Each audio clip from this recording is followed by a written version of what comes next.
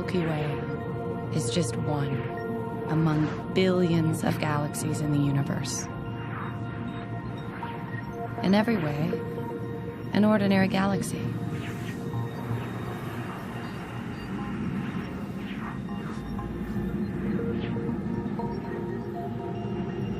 It's 100,000 light years across.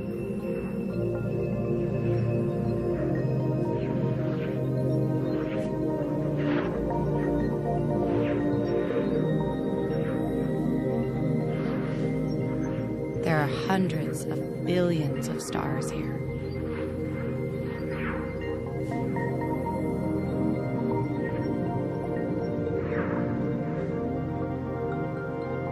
Almost lost inside this huge swarm is one average-sized star.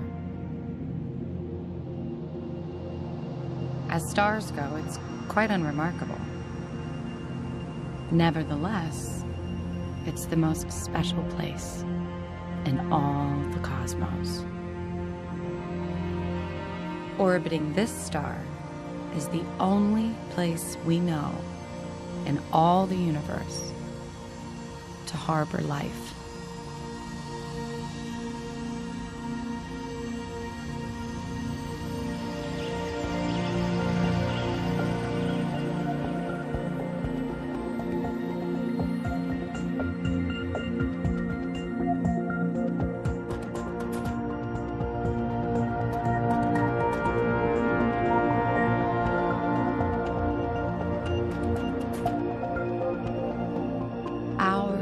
Beautiful planet is a world of water, sparkling blue in the light of our star.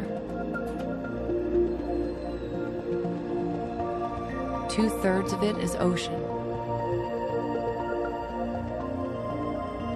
Gossamer clouds drift above it, driven by ocean currents. All of it is wrapped in a delicate cocoon of air that shields us from our star's radiation.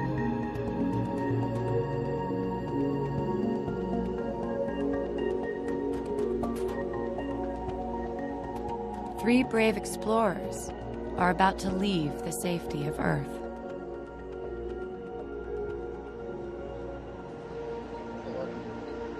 They are an American, Terry Virts, a Russian, Anton Skaplerov, and an Italian, Samantha Cristoforetti. Their mission, 6 months in space to study microgravity, do biomedical research, and observe the Earth. They're sealed inside this tiny metal cocoon, a Russian Soyuz spacecraft traveling at 17,500 miles an hour. Their destination? The International Space Station. It was built in orbit by 16 countries. It's a research lab, training facility, and observatory, all powered by the sun. A truly awesome example of what we can achieve when we work together.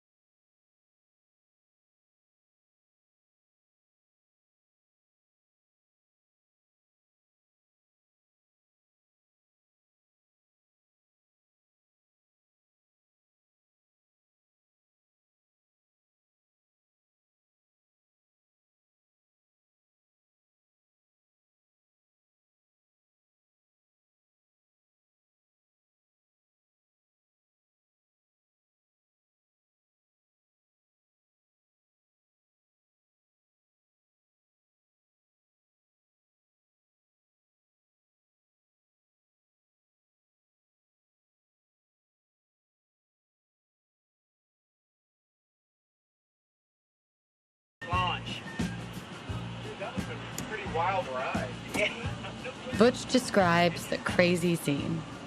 As I watched Anton, I mean, he was thrilled and doing flips and excited, floating around, hitting the ceiling. Samantha, the look on her face, just absolutely thrilling. It was literally electric in the room. It was fabulous. Samantha recalls her first ever view from space. But I just couldn't resist to take a peek. And I could just see the earth majestically flowing by. I mean, it was like a river. And, you know, I don't know what happiness is, but I was definitely happy at that time. What do you see the cupola? The cupola is a magical window, unlike any other, on the spectacle of our Earth and ourselves. Past, present, and future.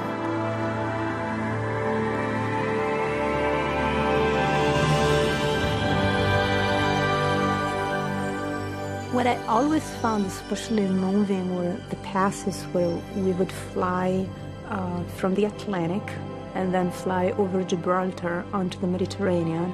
And it was almost like I was doing this journey that, you know, travelers from legends and myths in the past had dreamed of or performed in the reverse way, right? From the Mediterranean through Gibraltar, which, you know, once was considered the end of the known world. More than 500 years ago, explorers rounded the stormy tip of South Africa. As an omen for future trade, they named it the Cape of Good Hope. At the same time, the glorious Caribbean beckoned with the untold riches of the New World. Aboriginal people came from Asia more than 30,000 years ago, bringing their spiritual ties to this land, the continent we now know as Australia.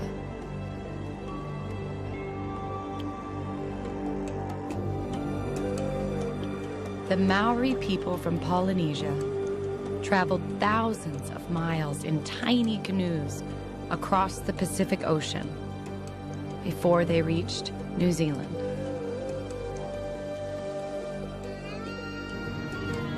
Home to the ancient Inca civilization, the longest mountain range in the world, the Andes.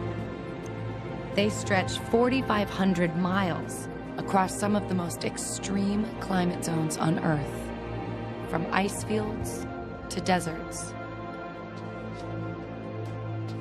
The oldest and driest desert is the Namib in Africa.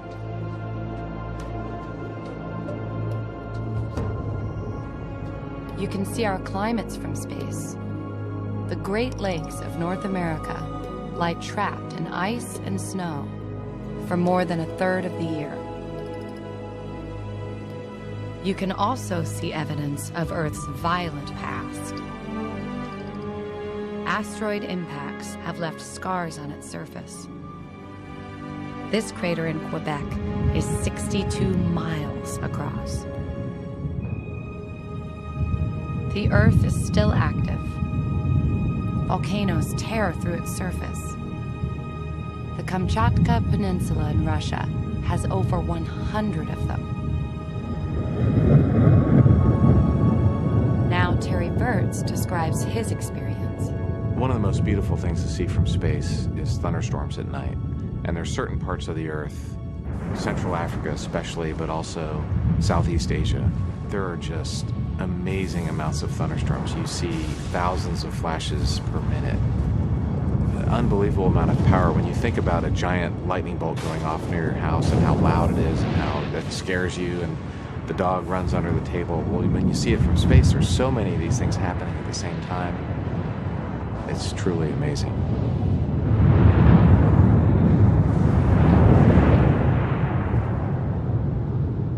You see power.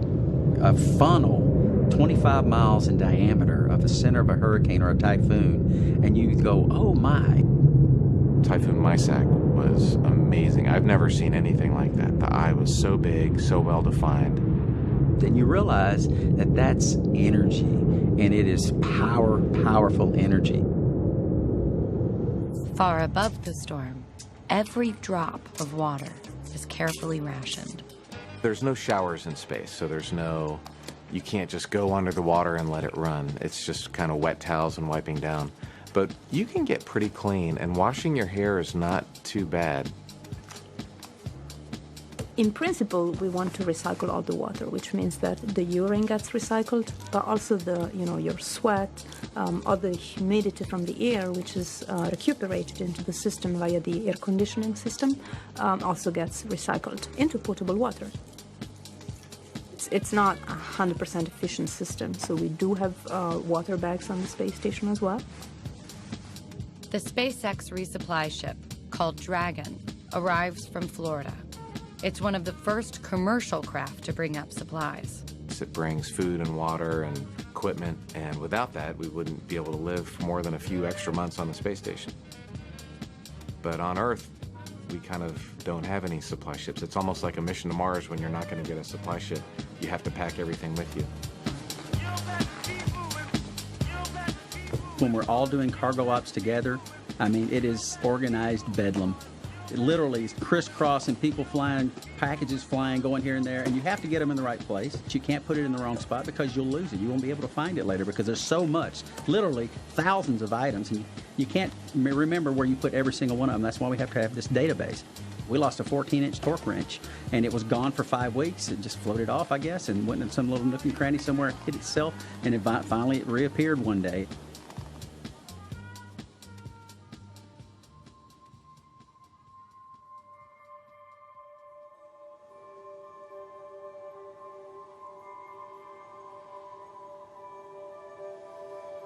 I like to sleep floating, so I did not attach my sleeping bag to the walls at all.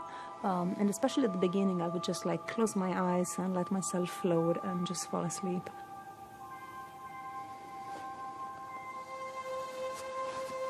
Butch and Terry are getting ready for a spacewalk.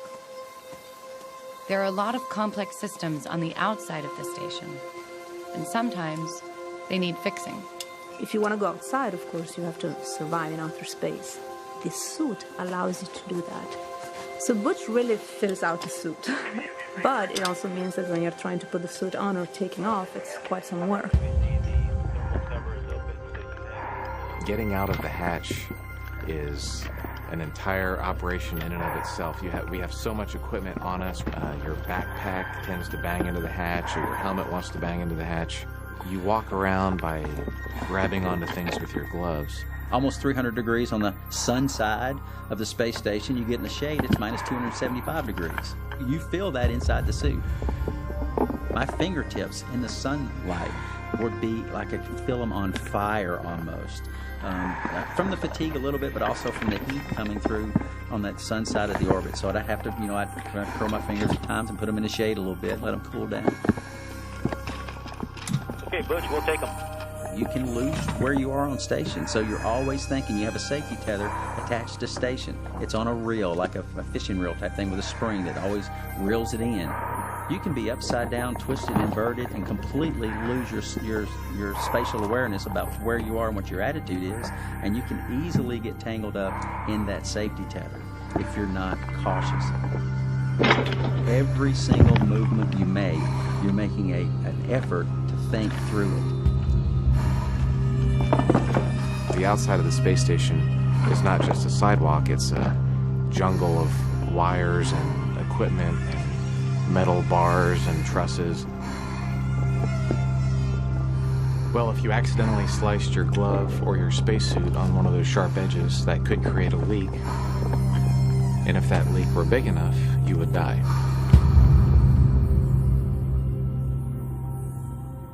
The hardest thing during a spacewalk for me is getting out of the hut. And so the only way that we found to actually get Butch to come out of the upper torso of the hut was for me to basically push and shake until he finally was able to free himself from the suit.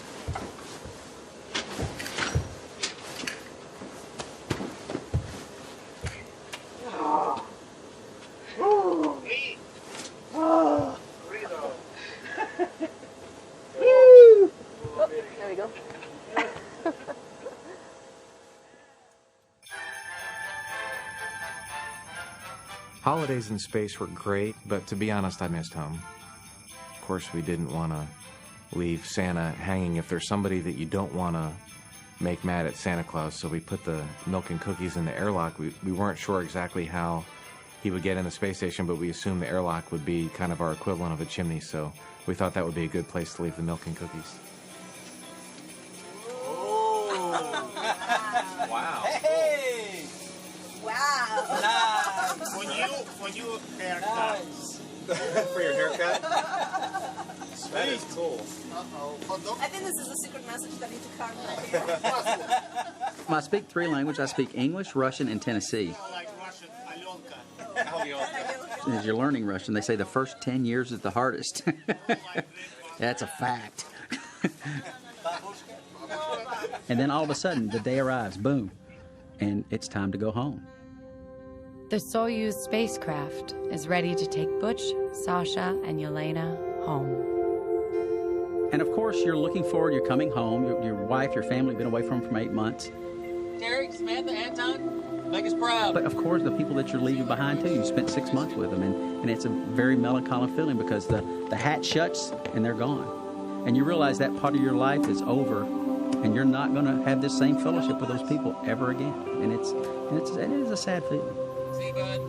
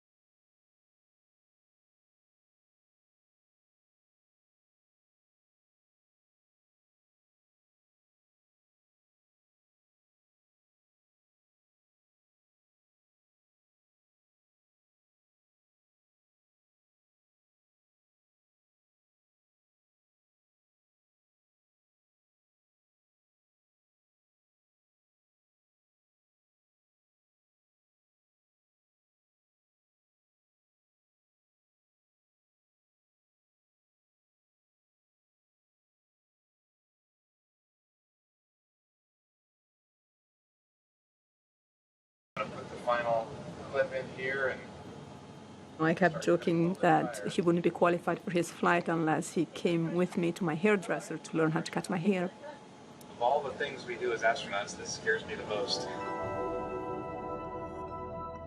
For the crews that live on the station, one of the most important things of all is being able to see, from day to day, what we down here on the ground can't see so clearly. What is happening to our Earth, and how we are changing it. We began with a home of lush green forests, animals, and plants. With more and more of us to feed, we began clearing the land for farms. But when you cut down the trees, there are other losses too. Great forests once covered much of the island of Madagascar. You can see how many of them are gone. Without tree roots to anchor it, the red soil oozes downhill, clogging the rivers and vanishing into the sea. Unique animals like the lemurs are losing their homes.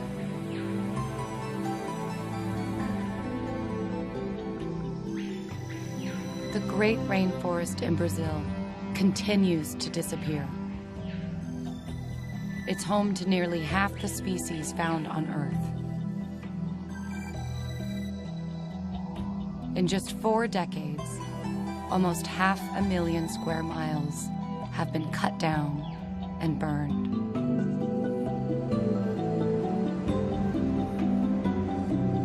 From space, you can see huge smoke plumes stretching across the rainforest for hundreds of miles.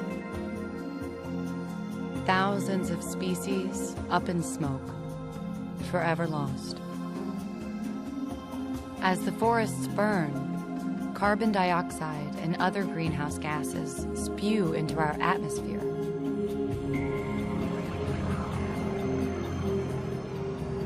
We've always taken our fresh air for granted, but we know now that the fossil fuels we burn also release clouds of pollution into the air we breathe. They fill the atmosphere with gases that cause the climate to change. As a result, the Earth's temperature is rising.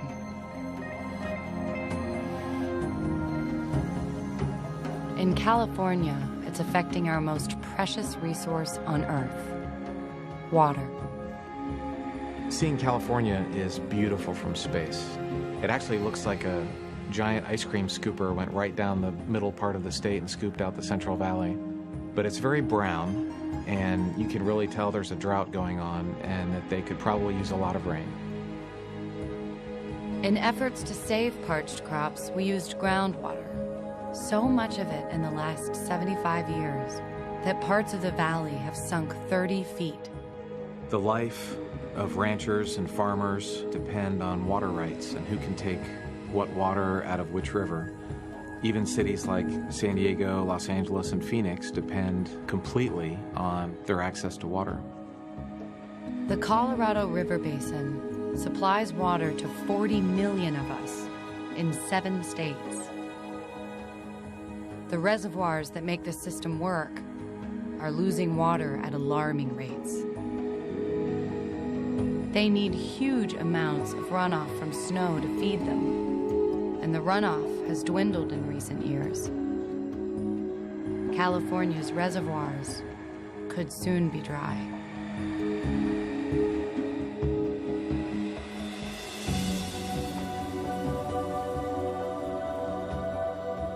I had never seen the Himalayas at all, and the immense size was just, it was mind-boggling. They just went on for hundreds and hundreds of miles.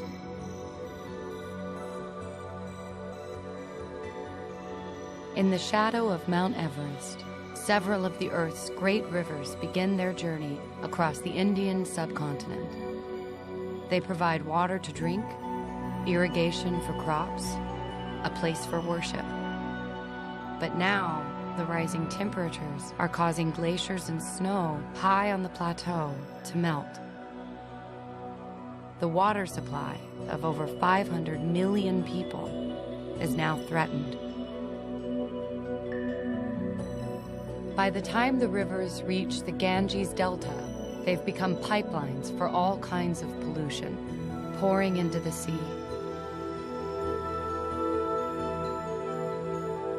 But problems like this can be solved, and when we work at it, sometimes we succeed. When I was a kid in the 70s, the Chesapeake Bay was a mess. The fish and crabs were disappearing, and there was a big restriction. You couldn't fish for rockfish and other types of fish. It's been cleaned up, and in a few decades' time, it's a beautiful place now. It's thriving. That's a great success story of conservation.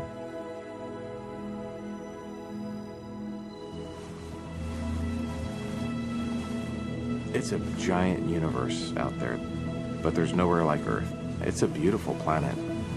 We have air that we can breathe, we have water that we can drink, food is there for us. We have this life support system that's like perfectly designed to support billions of humans, and it's pretty amazing to see how much effort we had to put into designing and building the space station. But what if our surface water disappeared altogether?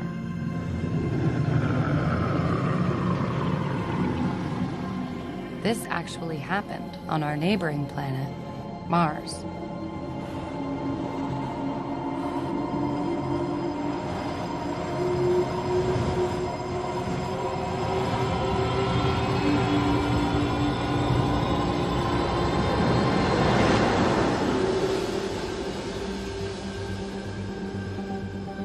Unlike Earth, Mars doesn't have a magnetic field.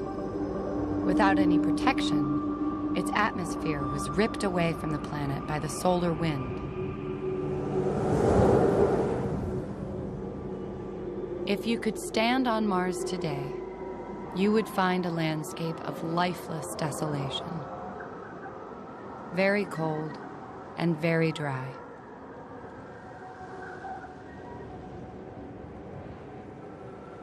But on Earth, things are going in a very different direction. Ice and snow are melting at rates we've never seen before. In Greenland, time-lapse cameras captured a 23-square-mile chunk of the Jakobshavn Glacier breaking off.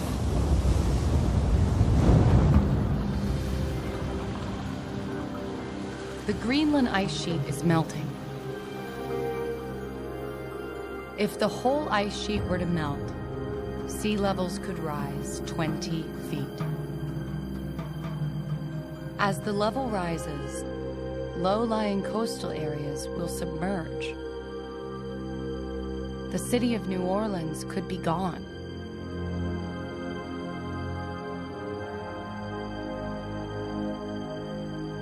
But we can change this if we step up to limit the greenhouse gases we're producing. As human beings, we need to start to consider ourselves more and more as crew members of this Earth, not passengers. You know, nobody gets a free ride. You have a responsibility to take care of your fellow crewmates, just like we do on the space station. It's more difficult to do it when you're talking about billions of people, but that's really the mindset that we have to work towards.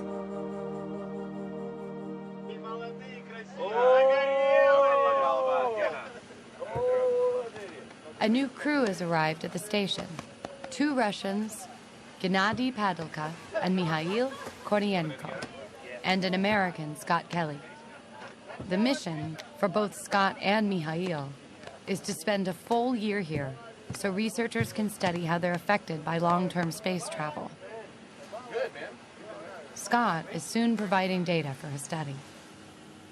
One of the more recent discoveries in terms of the effects of weightlessness on human physiology is the effect that it has on our eyes.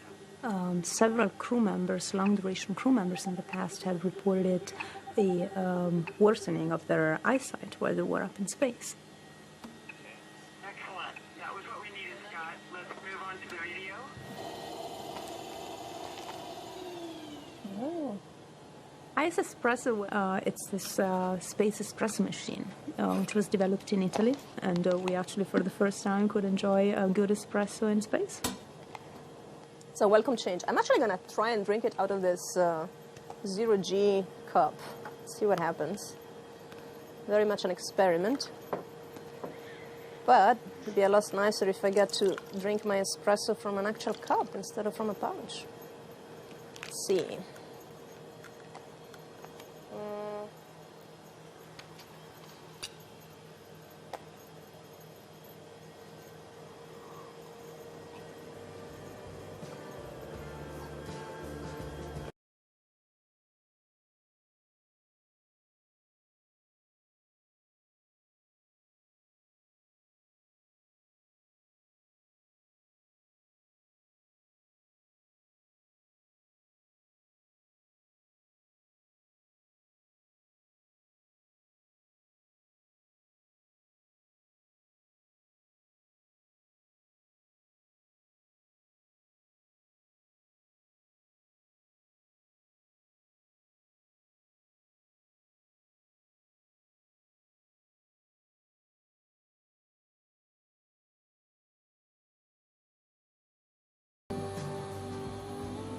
They've set about a special project which will be very important when people take longer journeys to other planets. The best results are produced in this pink light. Without soil, the crew is attempting to grow their own crops. Kjell Lindgren, an American medical doctor, inspects the progress. Veggie was an amazing experiment, not only because we got to grow this plant in space, He wants lettuce. but we also got to eat it. Kjell's crewmate, Kimiya Yui, is from Japan. Well, I know that I enjoyed the lettuce. I think Kimia is not a big fan of vegetables. Tastes good? Yeah. His father's actually a lettuce farmer, Kind of like a arugula. and so I think he's had a lot of lettuce. Happily, fresh food is about to arrive, this time on the Japanese HTV resupply ship.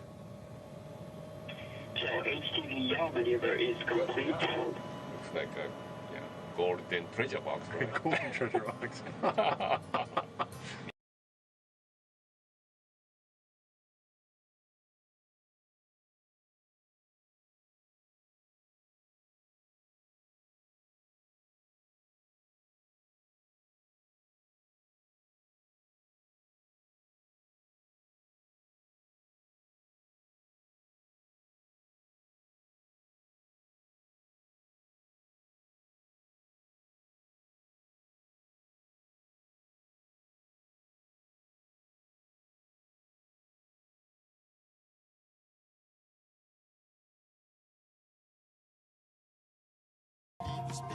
We are approaching England and its great capital, London.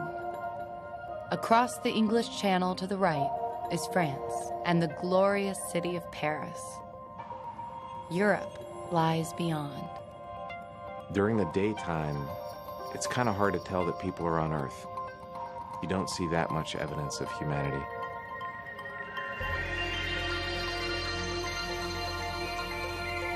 But at night, the same view tells a different story. It's easy to see how populated our planet really is, and how many of us have gathered in towns and cities. Now you can spot famous cities like Amsterdam, Brussels, the capital of Russia, Moscow,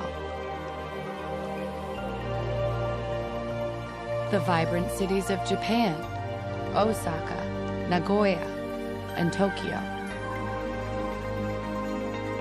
Beloved Rome and Naples. Italy at night is very moving because it's incredibly bright. It's a densely populated country, of course, and so you can really see all the cities, and you have this very distinct shape that you can very definitely see at night as well, of this boot reaching into this darkness of the Mediterranean. This is just overwhelmingly beautiful. The undulating ribbon of light is the Nile River, illuminated by people drawn from the desert to its water. Cairo gleams like a jewel in the delta's crown. To the left, Israel and the cities of Tel Aviv and Jerusalem. I think one of the most amazing sights I saw with my eye was coming across the southern United States, Florida, into the Caribbean Sea, through the Bahamas at night with a full moon. And you could see the colors, the aqua colors in the Bahama area, all the way down into, through Cuba, and then Dominican Republic, Haiti, on into Puerto Rico, and then the Virgin Islands beyond that. Oh my goodness. Fishing boats really stand out at night, especially in Asia and the Andaman Sea and near Thailand. There's a bunch of green fishing boats. During the day, you can't tell there's people in the ocean down there, but at nighttime, there's lots of folks fishing. You can see that. I can see where I was born. Murfreesboro looks like a little diamond below Nashville. North of that, Louisville.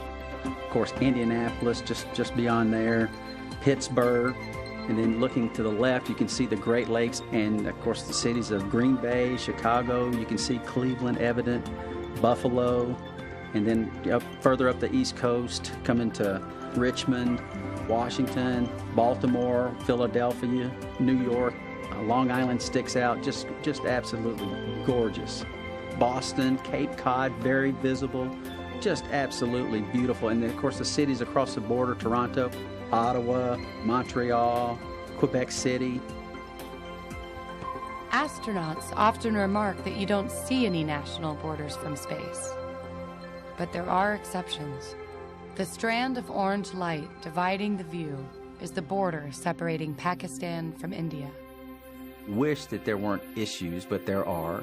We have different ideals and different mindsets, and it causes us to have the border. That is sad. The most noticeable border at night is between North and South Korea. Seoul, South Korea is one of the brightest, most vibrant cities on the planet. The whole South Korean country is lit up And then there's this line of the border in this complete darkness of North Korea with a few little white lights where Pyongyang is. But there's a similar number of people on both sides of the border, and you can really see the difference between how people live.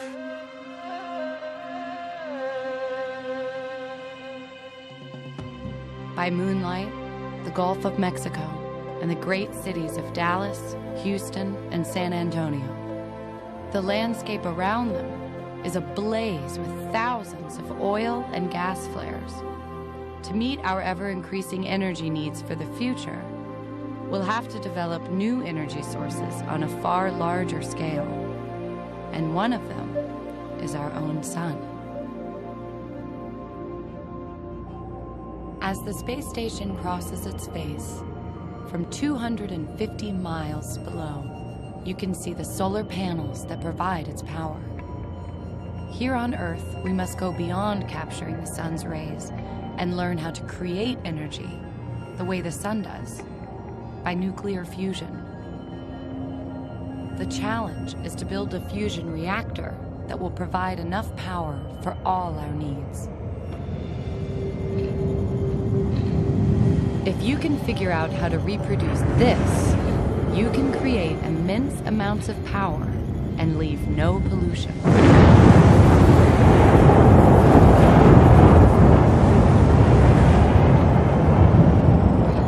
Our sun also bombards us with lethal radiation. Without protection, most living creatures cannot survive it. But our Earth has a magnetic field which deflects the harmful particles away from us. The aurora shows that shield in action.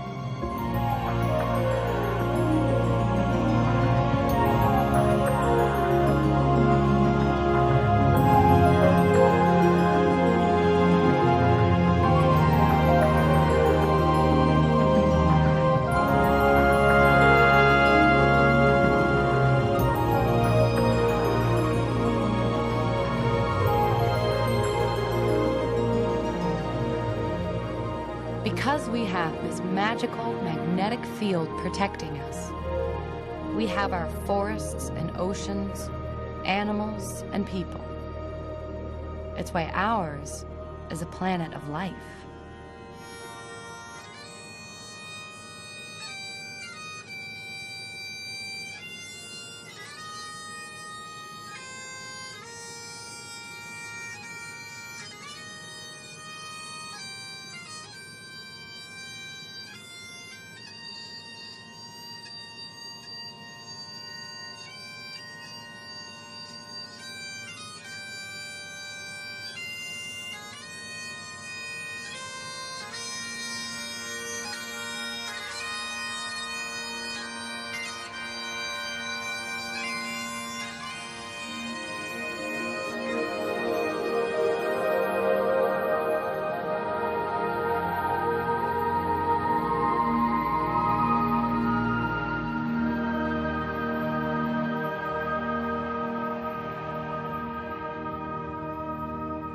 What struck me looking at Earth on space is the fact that you can really perceive it visually as a spacecraft.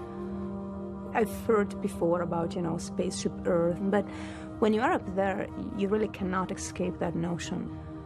It's totally obvious that it is a celestial body that is carrying all of us, all of humanity, all of life on Earth on this journey through space. And just like the space station is, a human-made outpost out there that allows us to survive in this hostile environment of space, well, our Earth does the same for all of us.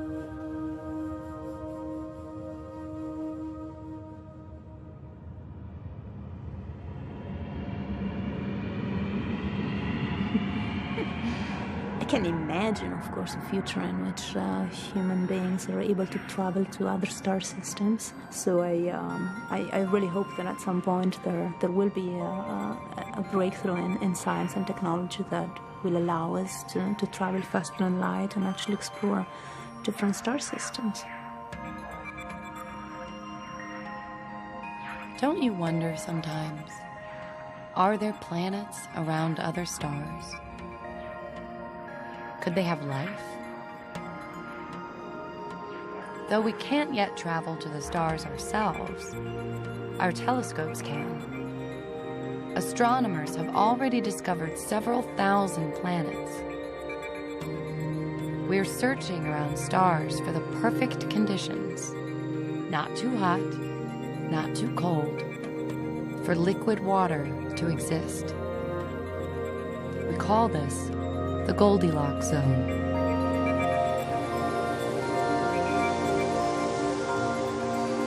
We can detect a planet as it crosses in front of a star, blocking its light.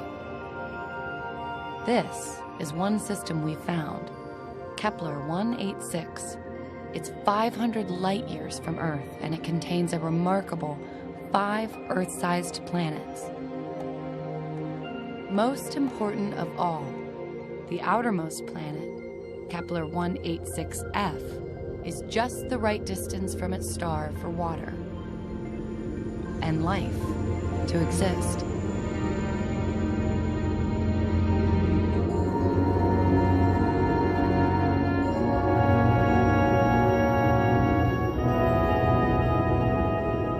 Could this be another Earth?